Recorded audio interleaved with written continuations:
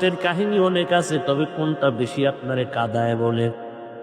নবী চোখের পানি ছেড়ে কাঁদেন আর বলেন, ও আয়েশা, তায়েফের কথা যখন মনে পড়ে আমি চোখের পানি ধরে রাখতে পারি না।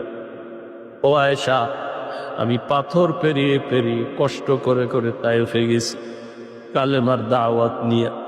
কাফের বেঈমানেরা সব বাচ্চাগুলোর লেলিয়ে দিল।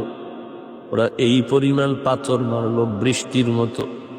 পাথর পরে পরে আমার শরীর থেকে রক্ত পড়ে জুতা আটকায় গেছে। একদিকে শুধু পাথর মারে তাই না, একদল হাতে তালি দেয় আর হাসে, আবার একদল গালাগালি করে পেছন থেকে। পাগল আসছে, মক্কার পাগল। আমার কান্না দেখে আমার আল্লাহ সহ্য করতে পারেন না, জিব্রাইলের পাঠায় বলে, যাও তায়েফের জমিন উল্টাইয়া দাও। কিন্তু আমি এমন মায়ার নবী, জিব্রাইল আমিন আইসা বলেন, ইয়া রাসূলুল্লাহ, এখন আপনি বলেন তায়েফের জমিন উল্টায় সব ধ্বংস করে দেই। আমি জিব্রাইলকে বলছি, খবরদার এদের মারবা না, ওরা আমার চিনে না।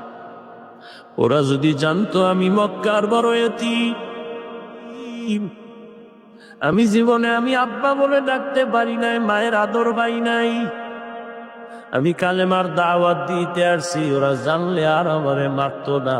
একদিন বুঝে আসবে। ও আয়েশা, একটা লোকও কালেমা পড়লো না, তবে একজন মাত্র ঈমানের দিকে আসছে। ওই তায়েফের কষ্টের কথা আমি সহ্য করতে পারি না। এত পরিমাণ বাচ্চারা আমার রক্ত ঝরাইছে পাথর মেরে। ওদিকে আবু তালিব চলে গেছেন, খাদিজা রাদিয়াল্লাহু আনহা চলে গেছেন। আম্মা জান আয়েশা বলেন, আমার সাথে নবীর বিয়া হইছে 6 বছরে।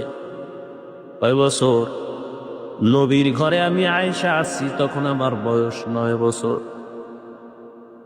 আমার যখন 18 বছর বয়স, তখন নবী দুনিয়ার থেকে চলে গেলেন। হিসাবটা বুঝলে বলেন, আম্মা জান গড় করলেন নবীর কয়দিন? দেখছেন আপনারা ঘুমাইতেছেন। কয় বছর? 9 বছর।